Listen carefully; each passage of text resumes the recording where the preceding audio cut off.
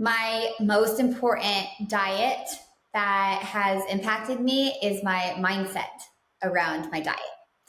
So no matter what plan I'm following, whether it was, paleo or this plan that went with this workout, or if it was keto or whatever it is, it never would work.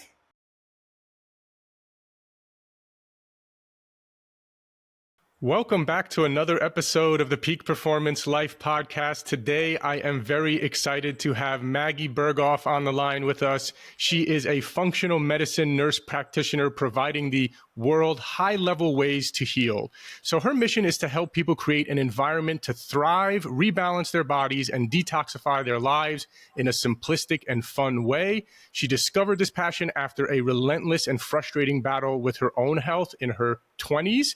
She had dealt with a number of different symptoms, and frustrated by the lack of answers from conventional medical practitioners, she embarked on a personal journey to reclaim her health through her own studies of functional medicine, integrative health, mindset around nutrition, chronic inflammation, and toxicities. Maggie successfully healed her own body in less than 6 months and reclaimed her life. She is the author of a new book coming out called Eat to Treat. And I'm very excited to discuss this podcast. Maggie, thank you so much for joining us here today. Well, thanks for the intro and for having me on.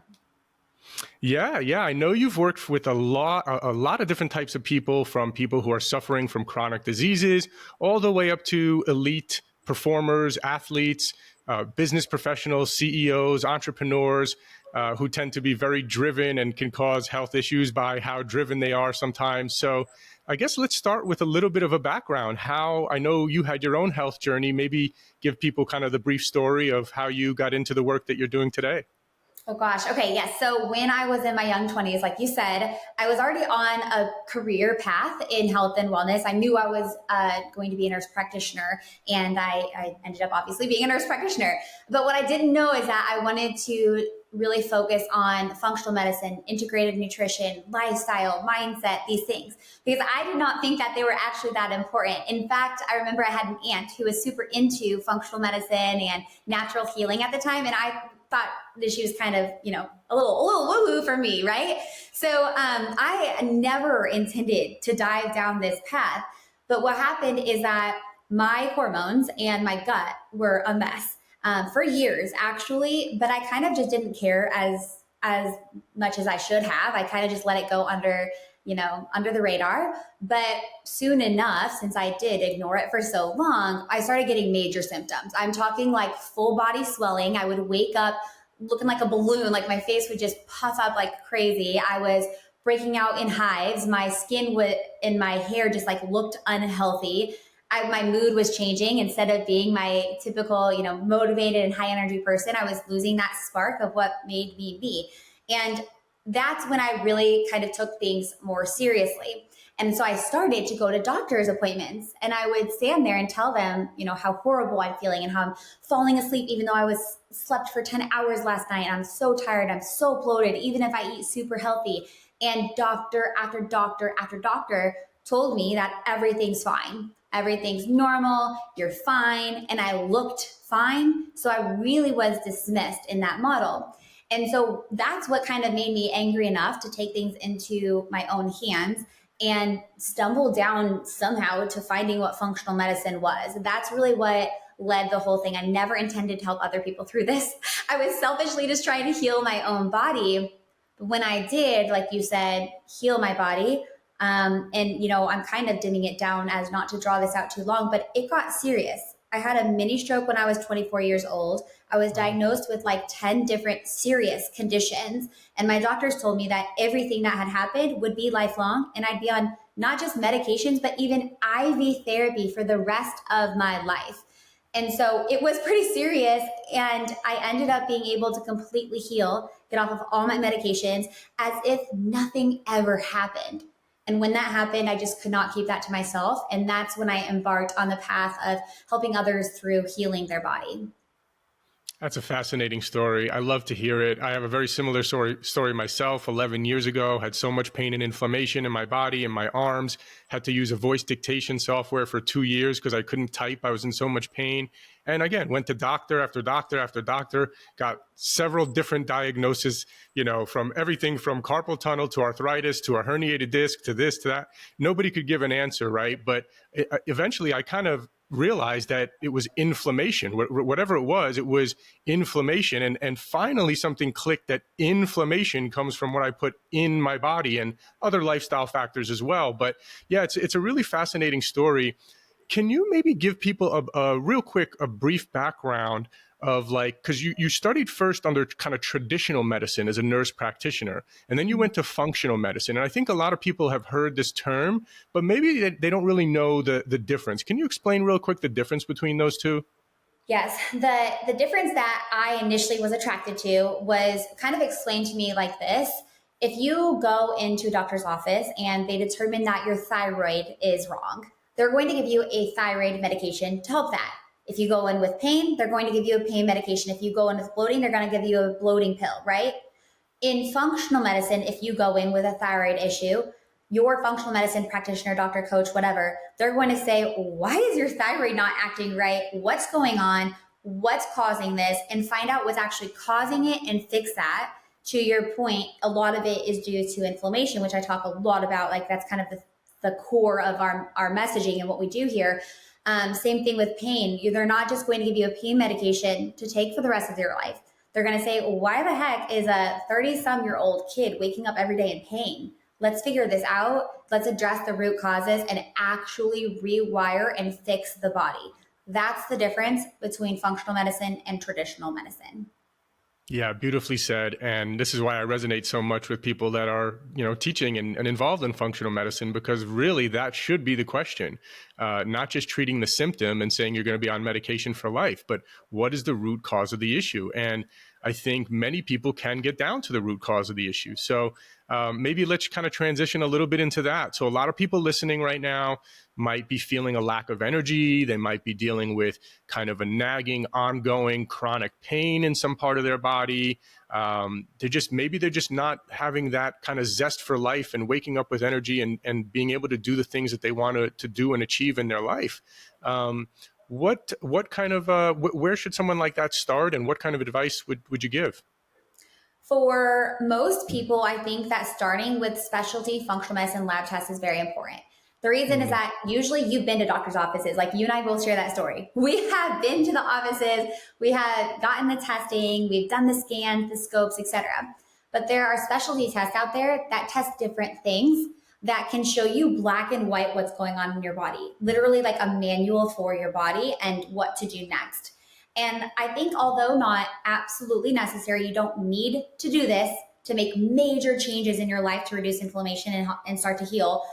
I think it's one of the most helpful things that have helped me and my clients to see black and white. You're not crazy. You're not making this up. You're not doomed.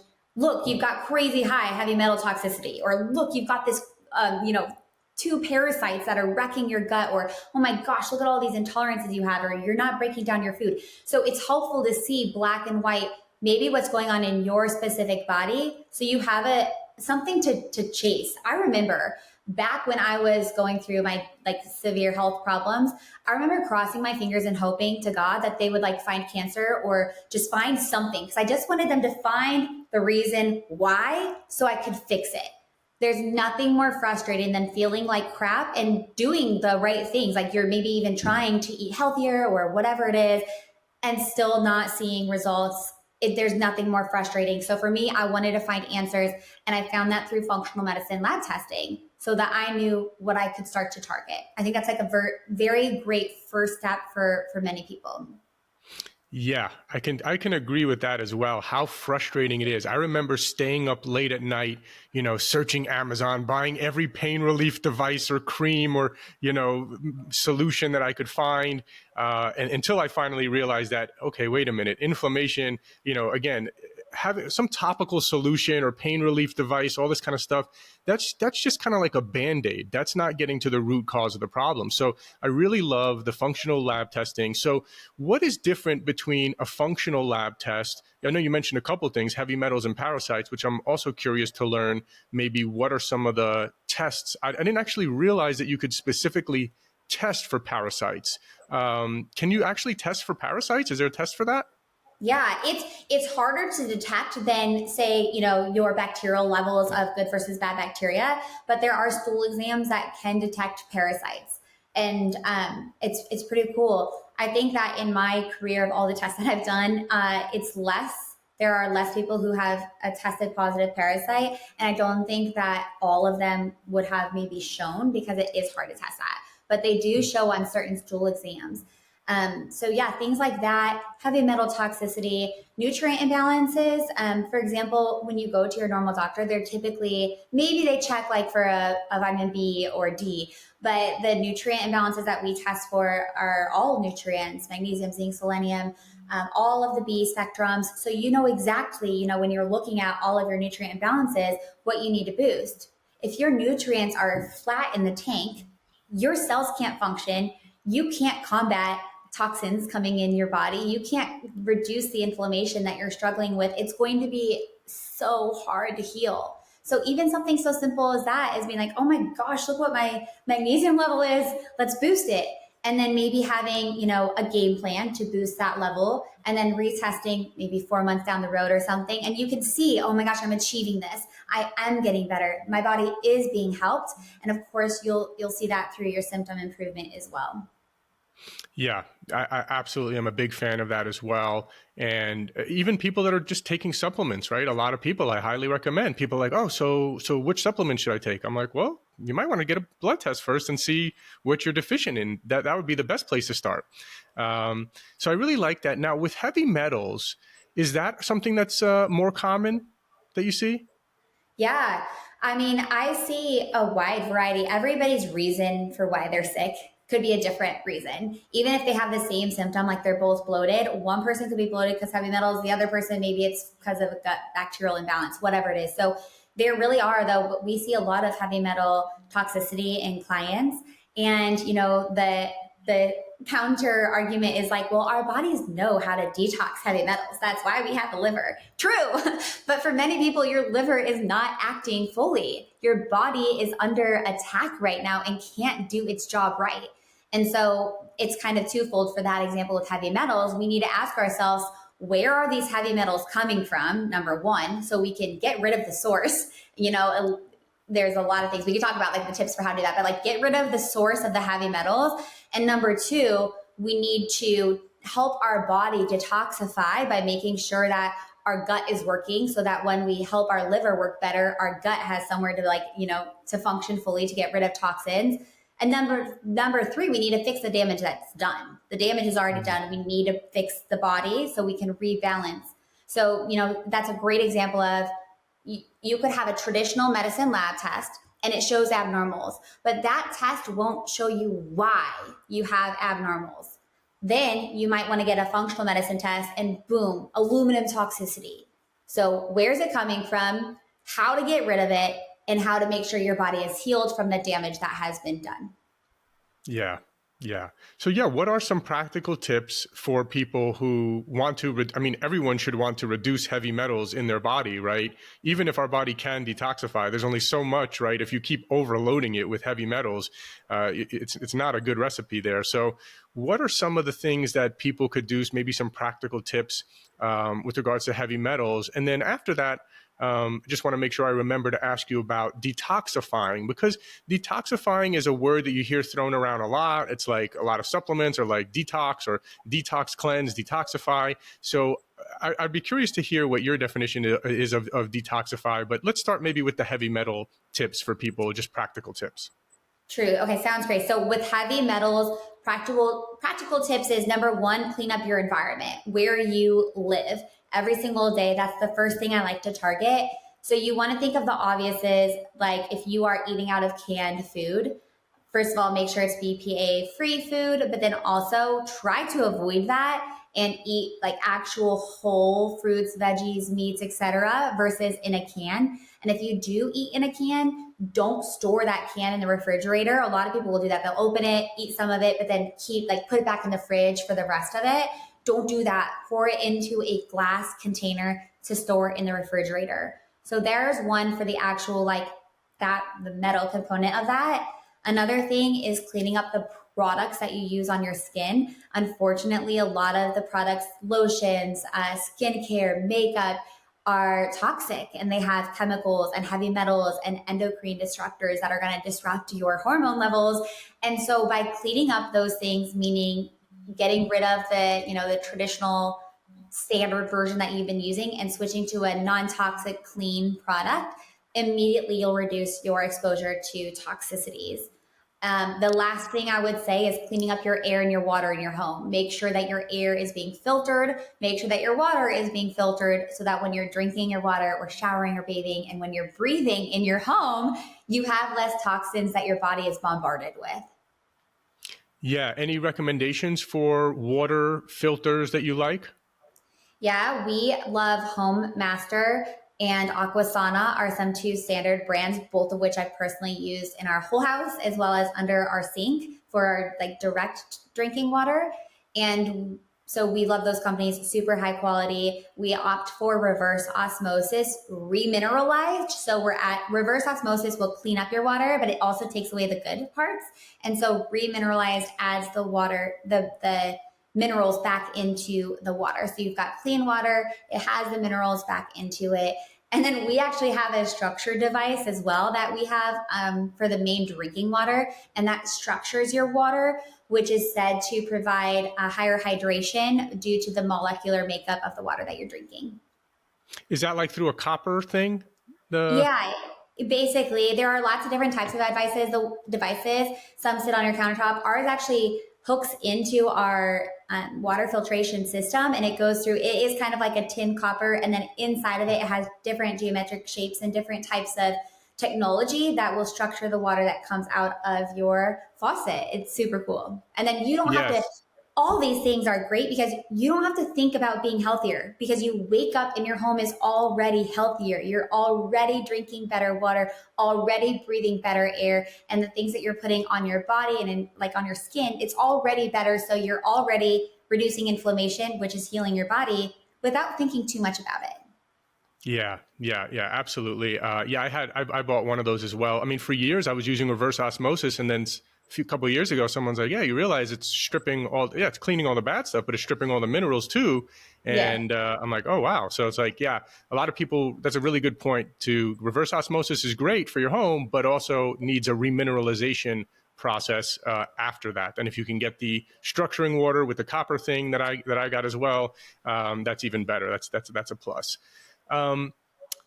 In terms of so people might be thinking, okay, so how do I know what beauty products are good? Obviously, I think deodorant, we've heard a lot of not using antiperspirants that have aluminum and other things in them. I was using I know a lot of people use native deodorant. I've recently switched to one called Magsol, Magsol, which I really like. I find it kind of works a little bit better than native while still being kind of a natural one.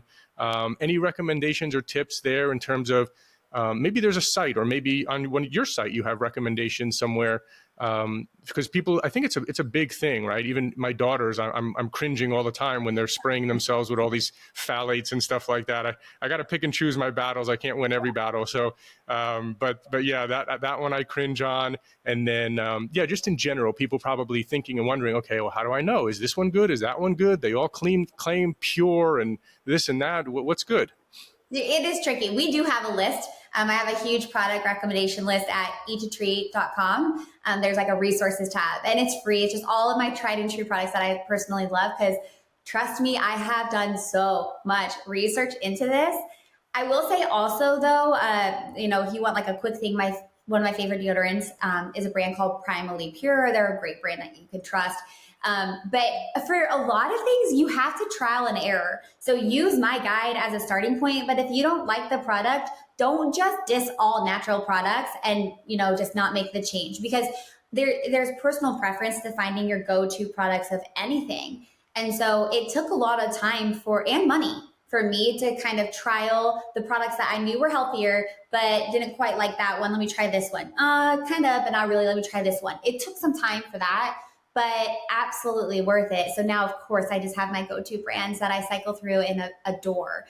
The other thing is that when I was first starting, it is hard to tell on someone's website if it's actually healthy or not because marketing. And so I utilized an app that you may have heard of called EWG. And this EWG website, basically you can type in a product you're curious about or you're wondering about that says it's clean or non-toxic, and it will give you a score. Depending on how sick you are or how much you're struggling with your health, you need to be like on the lower spectrum. For example, when I was struggling with my health, I did not buy anything that was not EWG certified or maybe a 1, meaning it's like the healthiest, most non-toxic you could possibly be. Now that my body is strong and resilient and able to handle more toxicities, I can go up a little bit to like a 2, maybe 3 if I really want to use that product for something.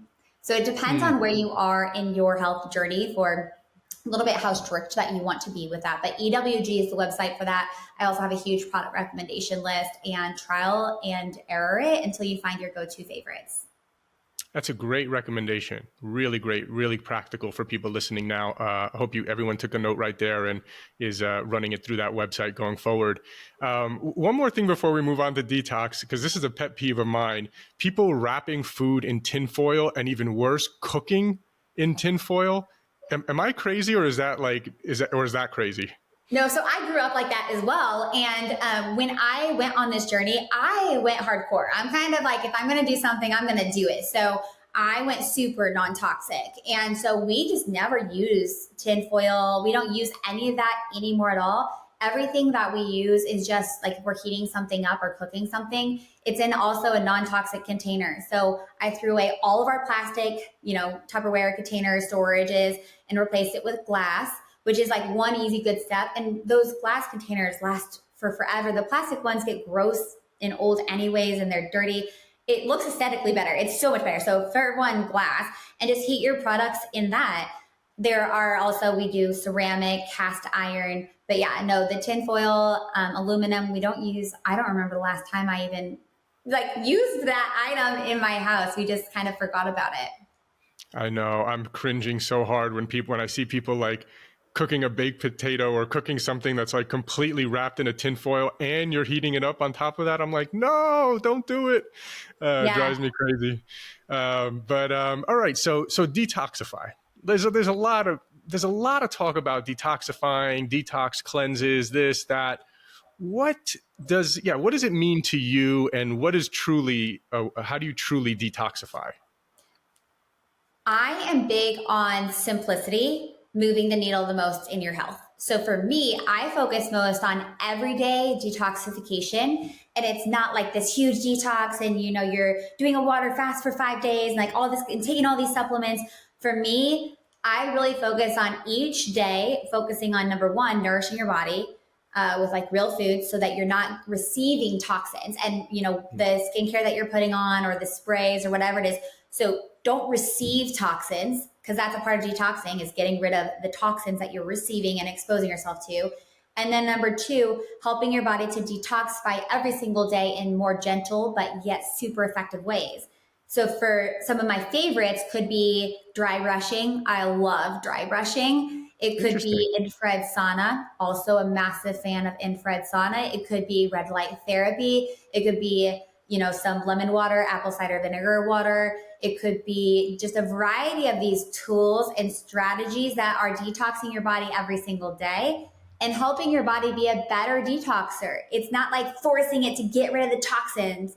It's helping it reduce inflammation, reduce the inputs that are causing inflammation, and working better, feeding it the nutrients it needs to detox, opening up your detox pathways so that it can, making sure your bowel movements are normal so that you can, making sure that your lymphatic system is flowing so you can. So I'm always just thinking of these kind of smaller, more simple detoxification everyday methods that move the needle most in detoxing your body. Yeah, I agree with that. I think a lot of it is more about stopping all the stuff from coming in, right? As opposed to like, I hear people doing like extreme things like, oh yeah, I did like 20 colonics and I took this 14-day colon detox or whatever and like all this kind of stuff. And I'm like, okay, but are you still eating the same things? Are you still putting the same thing on your body? Are you still, what's going on there? Let me ask you about dry brushing. That's one that I don't think I've had come up very often on 150 plus episodes of this podcast. And it's not something that I have been doing. And I like to pride myself on doing all the biohacks. So tell me about dry brushing. How does that work? I saw you had a dry brush. I saw you had a dry brush for the face. Is that going to help me with my little wrinkles that I've been getting here in the forehead? Or is that just for a detox? Yeah, so I love dry brushing. It's basically, I wish I had mine here, but it has you want to have one with natural boarhead bristles like ours, and there's like one that's a little bigger and then one that's smaller for your face. But what you're going to do is you're going to literally brush your body from your feet up your legs, and then your hands to your like toward your heart, and then your face as well and your abdomen. What it does is a lot. It actually increases circulation, so your blood flow is better. It opens up your lymphatic system, which is basically like the trash man of your body. So it's going to help move the toxins along and keep it from getting clogged up. It exfoliates your skin, so it gets rid of all the dead cells and debris on your skin to make sure that your collagen production is on point and that your skin is more clear and glowing and healthy. So specific to the face, I've had people who use the face and they like just notice an immediate difference in their face that week of just the clarity and health of your face. Those are some core components of how I love that it detoxifies best. Nice. Very cool. Tell us I a little bit. want to say real quick on that thing of the detox. I've been that person who does like the 14-day detox and that type of stuff. And like you go hardcore and like you do the thing. I'm telling you, if that's you, I swear it's not going to be the thing that helps you because you've probably been doing that for years. You have to do the work to actually heal your body. That's the magic answer. It's not a 14-day cleanse that you just haven't tried that brand yet. That's not the answer. I've been there, and it's just going to keep you spinning and spinning. You have to heal your body and reduce inflammation on a daily basis, like everlasting. It's not the 14-day cleanse that you're missing in your life that's going to heal all your problems. I just wanted to say that one thing because I've been that girl, and that is a frustrating place to be. I completely agree. Completely agree. When I hear something like 14-day, cleanse, and I'm just like, okay, and that's it. That's all they have to do. They don't have to do anything else. They don't have to change anything else in their life. I mean, doesn't, it's all marketing in my opinion. So your book, Eat to Treat. I know you tell us a little bit about the book. I know you do talk a lot about lowering inflammation in the body and using practical ways for people to kind of do it in an easy way. Yeah, so it's a 3-part book. It's actually out now. You can grab it at eattotreat.com. And the first part is all about inflammation. It's the science of inflammation. It's why chronic inflammation is a huge contributor to most of all of your problems. And it also breaks into different inflammation types. Now, I, of course, advise gold standard, go get testing done so you know exactly what's going on in your body. But I also have an assessment tool where if maybe you're not able to get testing done right now for whatever reason, finances or otherwise, you can start to see where your inflammation might be impacting your body most due to different symptoms or things that you might be feeling. So that's helpful. And then you go into part 2, which is called Create an Environment to Thrive. And that's all things non-toxic living. I suppose biohacking, I was on like a top biohackers podcast, like super famous guy a couple of weeks ago, and he's like, you're a biohacker. So, but basically we're optimizing your environment to change your biology and to heal your body, rewire the pathways. And we also go into, product changes in your house, red light therapy, mindset, stress reduction, all things lifestyle, non-toxic living. And then the third part is the actual Eat to Treat part, where you learn not just what to eat, but how to eat. You learn how to reduce inflammation. You learn certain foods that might help you with certain things, and a lot of mindset around eating, because that's a big part of my story is I was following diets. I was eating organic. I was doing kind of way better than other people around me when I was, going through my health problems, and I was still very sick. And I had a definite mindset issue around foods. And so by shifting my mindset around food and focusing on totally flooding my body with nutrients is what really I just always like imagined is I'm eating to nourish my body, I'm flooding my body with nutrients. It changed my life. And so we focus a lot on not just follow this diet, but actually how to address food in your life. That's going to transform you, not for the next 14-day cleanse, but for forever. And so that's really the different parts that encompass Eat to Treat. Love it. Love it. And what about some of maybe we have some entrepreneurs, kind of business people, professionals, elite performers. I know you've worked with some of them in the past as well. And do you see a lot of, and kind of as it relates to mindset, because I'm always fascinated by the mindset, right? Like it's kind of easy to say, hey, eat this, don't eat this, use this product, don't eat that product. It's important. It's very important. People need to learn all that. But I am always fascinated with like, if someone knows what to do, why aren't they doing it? Or different mindset blocks that people have. Can you talk a little bit about that and some of the things you've seen in people that maybe you've been able to shift and help them heal? It was so true. This is kind of twofold. So number one, a lot of the high performers that I've worked with, they actually don't know what to do. You would think that they do, but they don't.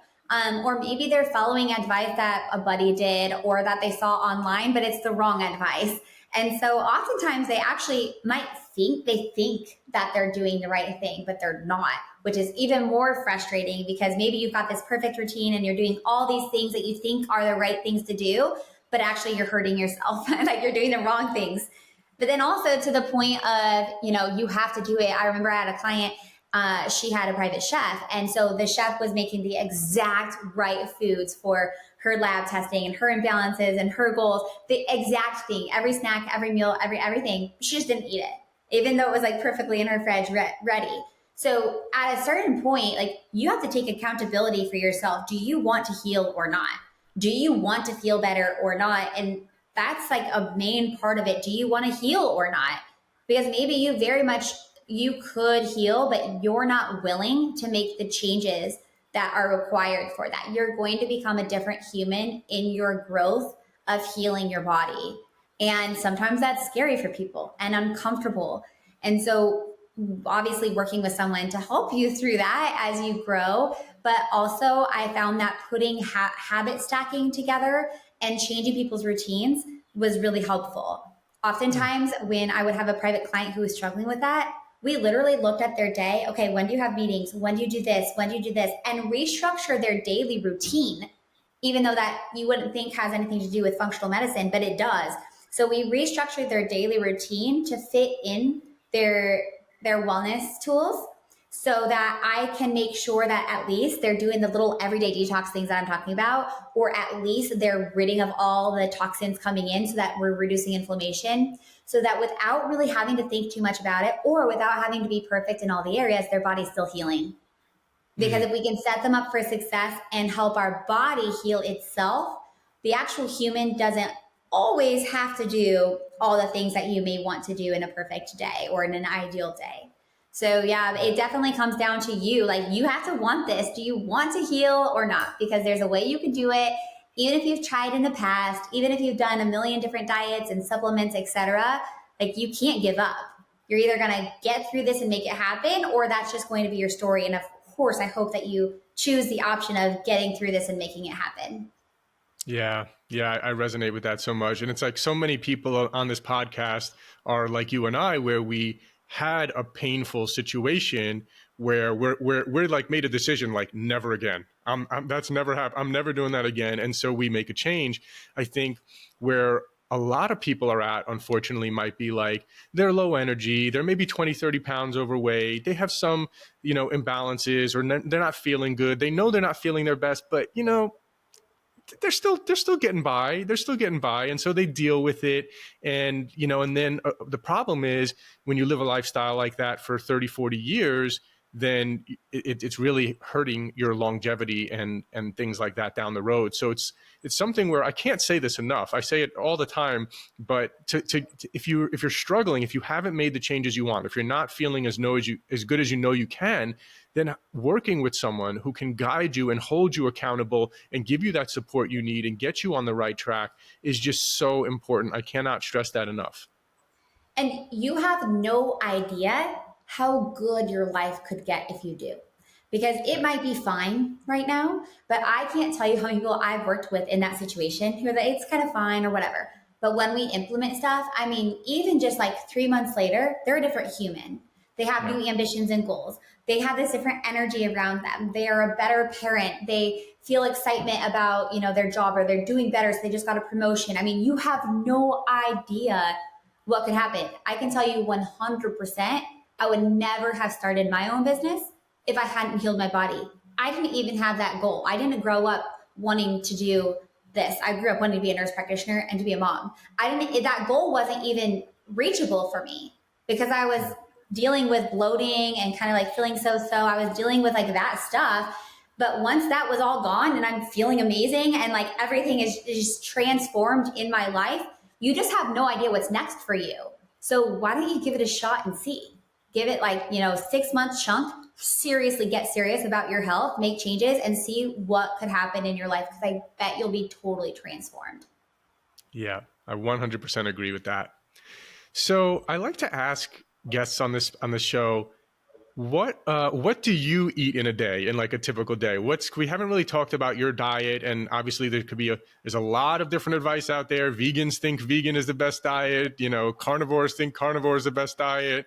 I healed myself by doing a low inflammatory paleo diet. So for a while, I was pretty dogmatic about why isn't everyone doing that, until I do realize now from doing this podcast, especially so many episodes, that there's no one way that works for everyone. There's different ways that work for different people. But I'm curious, for you, what does your diet look like? And you talked about routines. What are maybe some of your routines? My most important diet that has impacted me is my mindset around my diet. So no matter what plan I'm following, whether it was, paleo or this plan that went with this workout, or if it was keto or whatever it is, it never would work because my mindset wasn't on point for it. And so for me, what I had to do is really focus on truly just nourishing my body. No guilt and shame if I did have something that was super inflammatory, like truly working toward actually like enjoying that inflammatory food, even if it was bad for my body, like enjoying it, enjoying the people around me, not overworking the next day, not punishing myself to go on some cleanse the next week, whatever it is. That changed everything for me, because I was a dieter and a yo-yoer. So I would follow a perfect plan, and then I would yo-yo and go do whatever for the weekend, and then follow another plan, and then the cycle just repeats. That is so inflammatory, not just for your body, but for your mental health.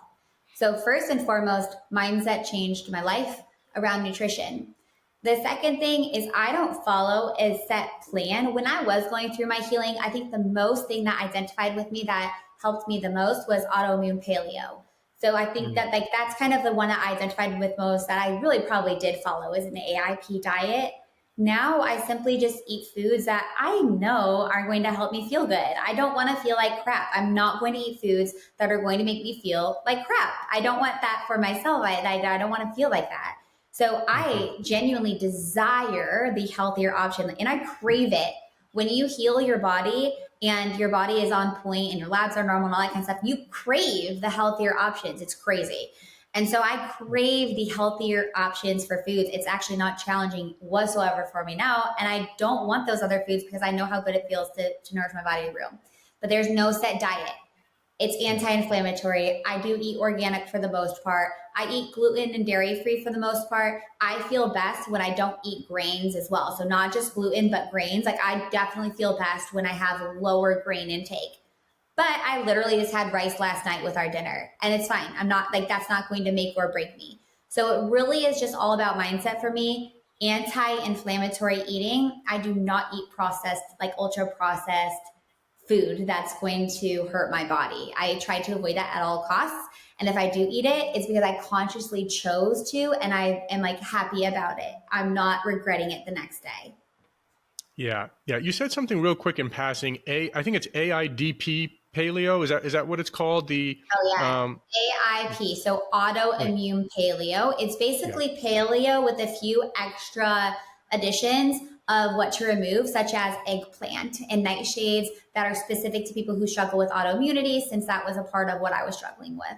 So I did remove, AIP, autoimmune paleo, is kind of what I pretty much tried to follow when I was in the thick of everything. And I would seek out recipe books from people who were AIP cooks and chefs and writers and whatnot. And so that made it very easy for me because there's so much information out there in the AIP world for recipes you can follow.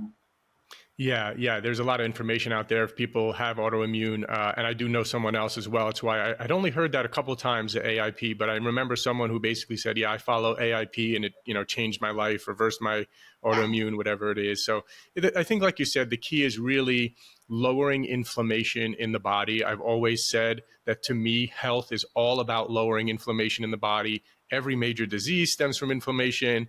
I even go as far as to say that most people walking around with knee pain or back pain or elbow pain, you could get a knee surgery or a back surgery, but before you do that, you might just want to go on an low inflammatory diet for a few months.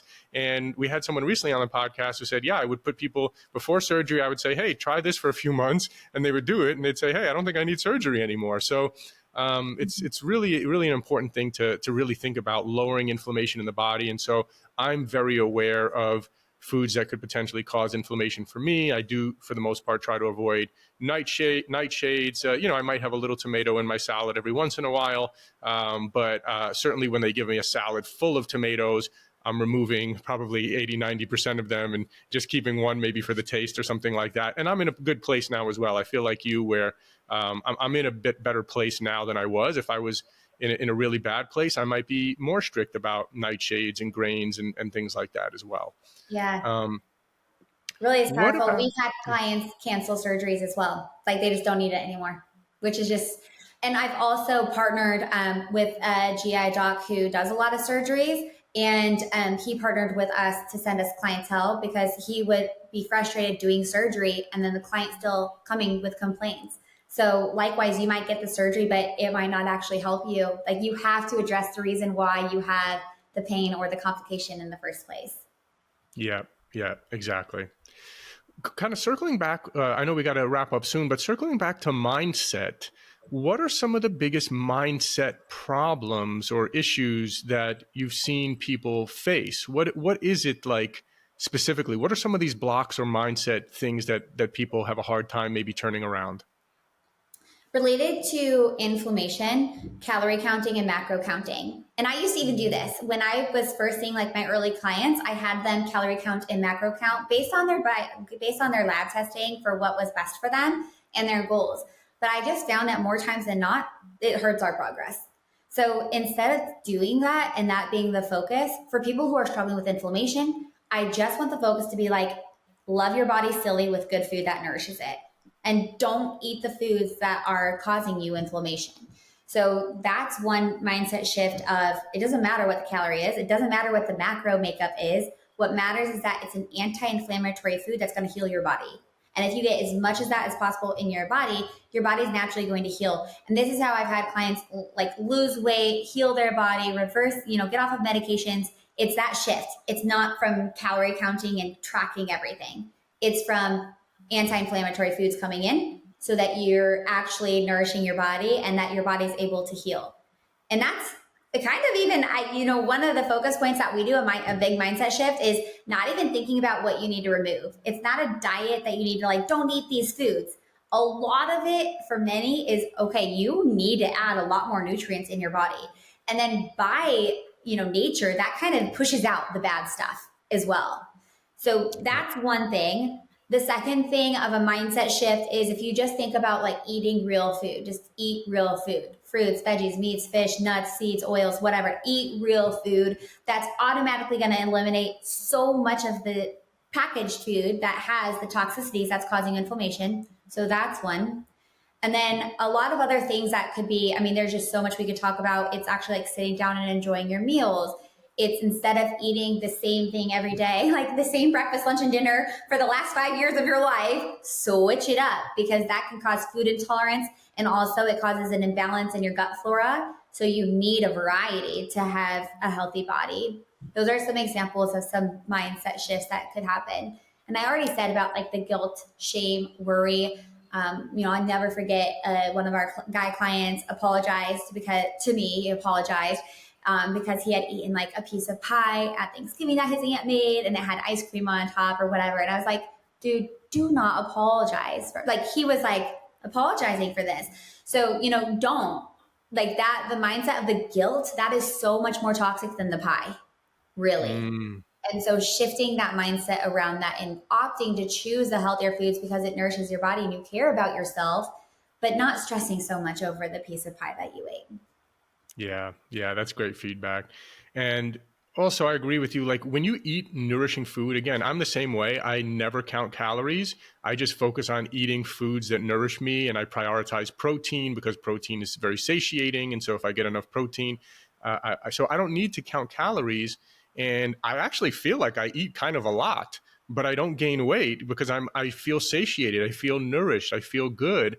And so, I think there's a lot of misconceptions. Yes, of course, if you take in less calories, you'll lose weight. Yes, we understand that, but that doesn't have anything to do with inflammation, right? Like, the people are like, oh, well, what about the guy who ate a Twinkie and went on the Twinkie diet and lost weight because he went lower calorie? It's like, yeah, well, give that guy a blood test and see where his inflammation markers are at, as well. So it's not just about losing weight. It's about doing it. When you lose weight in an unhealthy way like that, you can wreck your hormones. You can cause all sorts of other issues that long-term are not good. You might get your short-term result, but long-term, it's not going to really benefit you. So I think that's absolutely great advice. Yeah, you probably feel like crap. Like if you eat Twinkies all day, every day, like you're not going to feel good. I don't care how you look. So, but that's one of the biggest things that actually makes us really unique. It's just we don't count calories and macros. We don't track that, and it changes our clients' lives. I absolutely love that. Maggie, this has been a fantastic episode. I'm sure people will want to learn more from you, get your book, maybe follow you on social. Can you let everyone know where they can get that and follow you? Well, the book is the most important part, especially if you're not working with a functional provider. We've had people message us saying that they even are working with a functional provider, but got even more results with the book. So I would definitely get that. eat2treat.com is where you can get it, eat2treat.com. And then if you want to connect with me personally, my name is Maggie Berghoff, and I'm on socials as Maggie Berghoff. So TikTok, Instagram, all the different socials. Amazing. Well, this has been absolutely great. Thank you so much for your time. And I hope we can do it again sometime. Yeah, thank you so much as well. I hope it was so helpful for everybody. And I relate so much. Our stories are so in line in our messaging. So I hope that this impacted all of you guys a ton. Yes, I'm sure it did. Thank you so much. Thanks for listening. If you enjoyed the episode, can you please leave us a rating or review and subscribe? I've realized that while we have actually increased our downloads a lot, we're actually getting a lot of downloads, which I'm really happy about. We actually have very few ratings. And I realized that I've never asked people really to rate much. So I'm asking you now if you could please rate and review and subscribe. And if you enjoyed the episode, please forward it along to anyone that you think will get value out of this. Also, if you haven't checked out our line of products at buypeakperformance.com, you get 20% off your first order. That's www.buypeakperformance.com. We have some incredible products, including our organic high-altitude coffee. If you don't know this, coffee is one of the most heavily sprayed with pesticides out of any crop. So it's really important that you drink organic coffee. We've gone above and beyond to source what we believe is the highest quality and healthiest organic coffee in the world. We're also famous for our organic green superfood powder.